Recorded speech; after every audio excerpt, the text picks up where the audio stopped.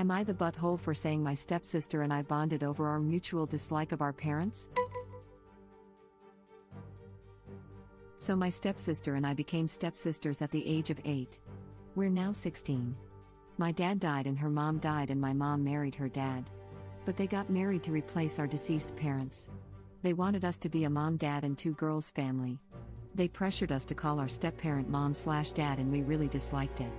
The only good thing that came from it is we got close because we disliked our parents for doing it. And we still do. We're closer than ever to each other, but we dislike my mom and her dad more than ever. Because we still don't want to call the step-parent in our lives mom or dad. People have asked us over the years how we got so close and we tell them how we bonded. So recently we started therapy and the therapist asked my stepsister and me why we bonded so much with each other and not with the step-parent in our lives, and I told her the truth. That we bonded because her dad and my mom tried to replace our deceased parent with their spouse and we did not like it, and our dislike for them brought us closer together. My mom and her husband were so pissed off and they actually ended the session early. I got into huge trouble. AITA? NTA, you were in therapy and were asked a question. It is meant to be a safe space. They have no right to get angry just because they don't like the answer. Also, it's crap of them to try to replace your deceased parent. I'm glad you have your stepsister because both parents are sucky for their behavior. Love. These posts where parents take their kids to family therapy to fix issues, but immediately shut down when the kids are open and honest about what the issues are. I guess the parents are hoping the kids will say I was the problem, sorry, I'll be better now. That's exactly it. They start therapy to fix the kid but flip out when the truth that they are the cause of the issues smacks them in the face. You hit the nail right on its head. It's not the relationship that they want to fix, it's their kid. And when the kid talks about why the relationship is where it is, they shut down because never in their wildest imaginations could they ever be in the wrong. These are the type of parents who see their kids as problem children rather than looking inwards and realizing that they are in fact problem, or that there are some very real issues that need to be dealt with. It's like that mom who blamed her daughter for being responsible and hiring a nanny to babysit her siblings when she had appendicitis. She didn't believe her daughter was legit sick, and then when daughter reached out to an adult for help, starts blaming her daughter for making her look bad. I read and commented on that appendicitis post. My heart still hurts for that child. I wanted to adopt them on the spot. There's too many posts here that I want to adopt the kid right then and there. Makes me feel better as a parent because I know I suck at some things and have made mistakes, but I'm always telling my kids what I'm going to do better and then I actually do it. I'm so heartbroken for some of these kids out there. As a not parent, these posts also make me appreciate my parents more.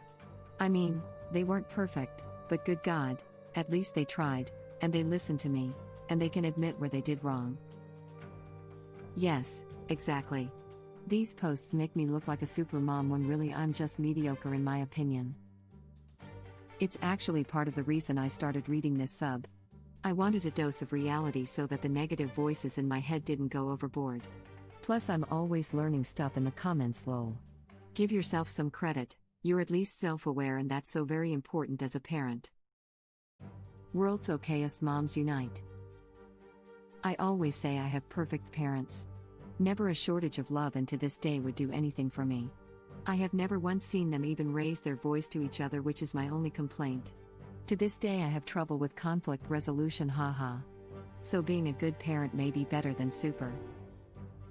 Also same. Could someone kindly link it? I haven't come across it yet. This also links to the original web link. Reading all those lovely replies to original post made me tear up. That poor kid is so lost, and all those beautiful people making her feel loved is so special. Thank you. Holy crap.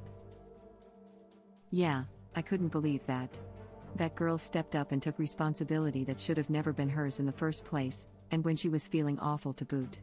It seems like a lot of people just shouldn't have kids because they aren't prepared to support them emotionally. Yeah, that was painful. Sometimes my own father could be a complete a-hole to me when I was growing up, accusing me of lying to try and get out of responsibility. But even he would have admitted to messing up if I had to go into the hospital for surgery. That mom was out of her mind. My mom was just like her mom. Some people should not be parents. Maybe it's because I'm Canadian and have free healthcare, but I was in the hospital so much when my kid was little. I had a teacher whose kid died of a brain hemorrhage after a seemingly minor fall when I was younger, so you got to believe that no hit to the head was too small for an emergency room visit. I can't imagine doubting a kid being sick and doubling down on being a dick when the kid turned out to actually be extremely sick. Even if your life didn't turn out the way you hoped it would, how can you resent your kid to this point? Even if family means jackrap to you, how can you be like this with a human person with feelings? Got a link to that? Do you ever wonder how depressing it must be as a therapist to see these situations and just know that you'll never see the kid again because they dared to express the truth? This was the experience of a number of mental health workers who met with me when I was a teen. I did end up seeing one psychiatrist again after I moved out at 16, and she told me she was so happy to see that I got out of the house. They all had been telling me just to hold on until I was 18 and could escape to college, overachiever here, but there was real relief in her voice when I had gotten out of that house 18 months ahead of schedule. I'm so sorry your ex-parents are such buttholes. Sending you a boatload of safe mommy hugs, purple heart, purple heart, purple heart. Thanks. It was an emotionally abusive evil stepmother situation and my father chose her over me. I was planning on becoming a teen psychologist because of the experience but developed some chronic health conditions. She ended up having appendicitis? Was that in an update? I don't remember that part. Yeah, her appendix ruptured and she had to have surgery, but her mom still blamed her. Effing heartbreaking. Poor kid. I could never be a therapist in this situation. I would tear parents a new one because WTF. I've never been to any therapy session with my bio father. Won't go into detail, my childhood was, and is sometimes, nightmare fuel. My bio dad absolutely knew that I and my siblings were being horribly abused in every way on the daily. He chose to do nothing. He added to the abuse, as he wouldn't give up the support check unless I asked for it. He'd always be angry when I asked for it. Don't even remember how young I was, what I do remember is never enjoying the outings we had. He did take us to the park, the zoo, etc., as I knew I had that check sword hanging over my head. I literally feared for my or my siblings' life if I ever returned home without that check. So recently my bio father said that he's proud of me.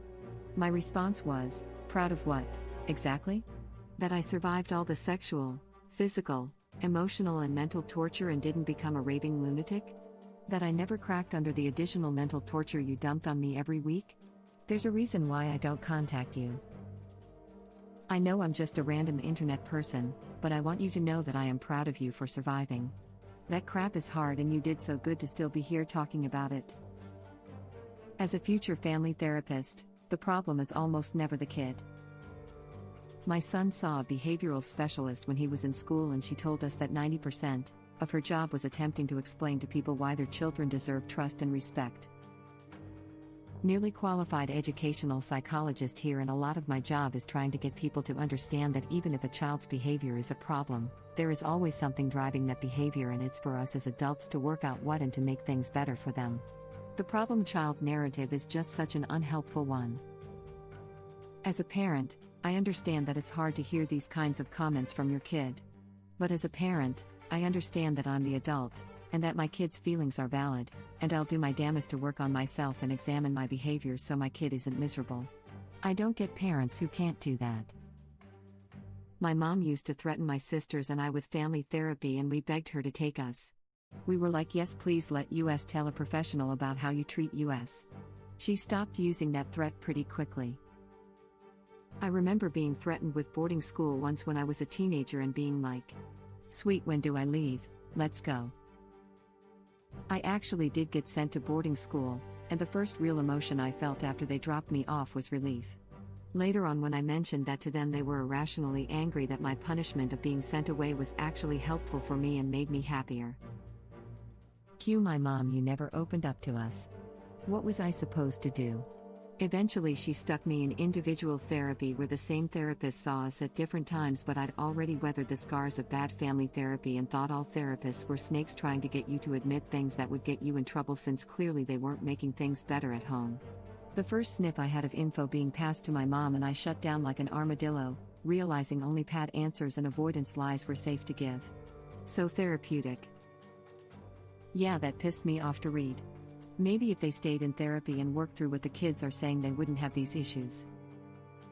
It's why relationship counselors will often refuse to see couples when they realize there's emotional abuse going on unless one or both parties is also in individual therapy.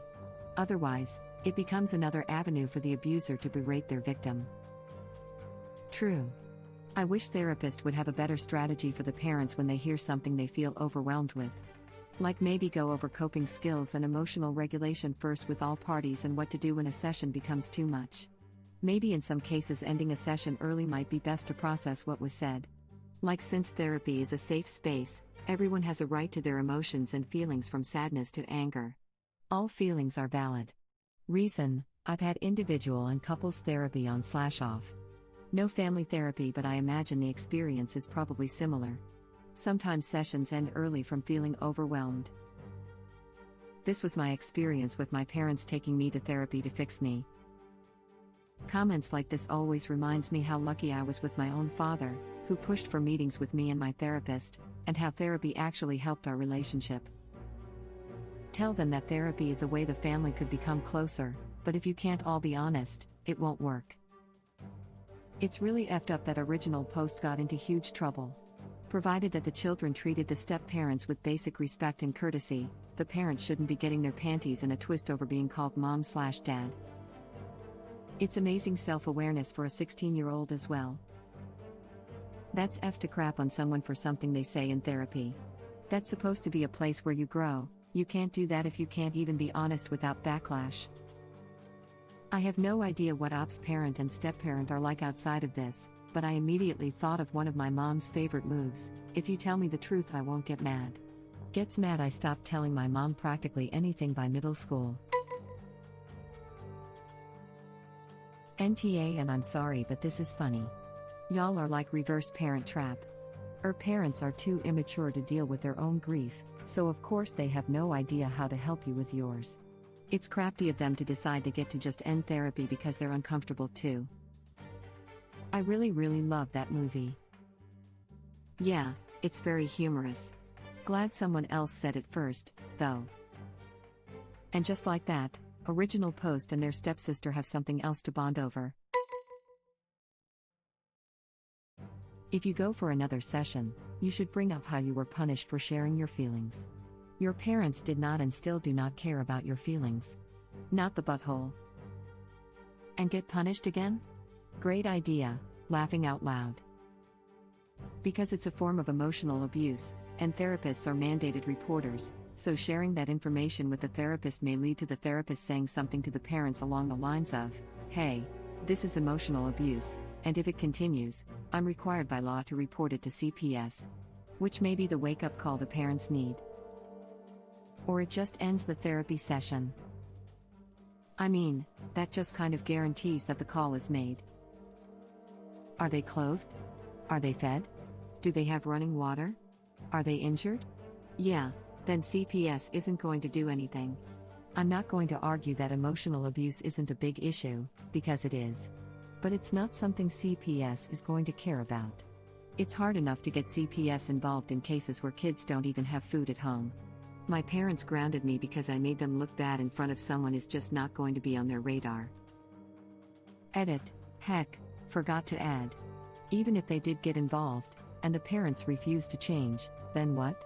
Do you think the group home she winds up in would be even half as good to her as her parents? Like, they aren't great parents, but being grounded unfairly is a far cry from what she'd be putting up with in one of those places. It's less about CPS taking action. I agree with you, they wouldn't do squat in this case. It's about the wake-up call for the parents and emphasizing the seriousness of their actions, that they are harming their kids.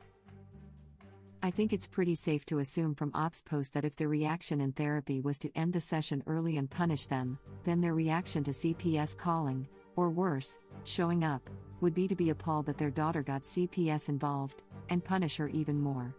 See my edit on my first post for why the daughter really has nothing to gain by threatening CPS.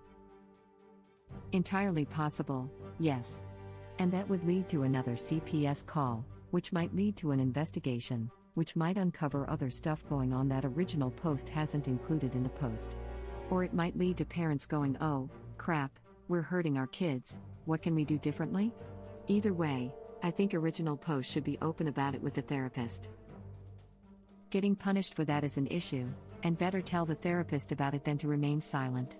Also, if they get punished again, I think it would be a good idea to keep telling the therapist until it stops, because that's just not right.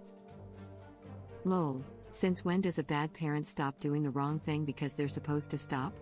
All that will happen is punishments will escalate. And that's assuming there will even be another session. Why though? The therapist probably already knows since they ended the session early in front of M. Yay, but they may not know about the punishment itself. The therapist saw the parents being unable to confront their issues, maybe even making an excuse to leave. That's very different than knowing that they not only didn't calm down after leaving, but in fact punished the kids for doing exactly what they were brought to therapy to do, and causing that space to no longer be safe. I wonder if it's possible for original post to somehow reach out to the therapist by themselves and tell her what happened. I'm sure she's better equipped to deal with the parents violating the purpose of the therapy. Thank you for watching. If you like our videos, please like them on YouTube. And share them with your friends. Please subscribe to be the first to know about Red Rabbit Reader's new videos. We welcome your comments below. Another of our videos will begin shortly.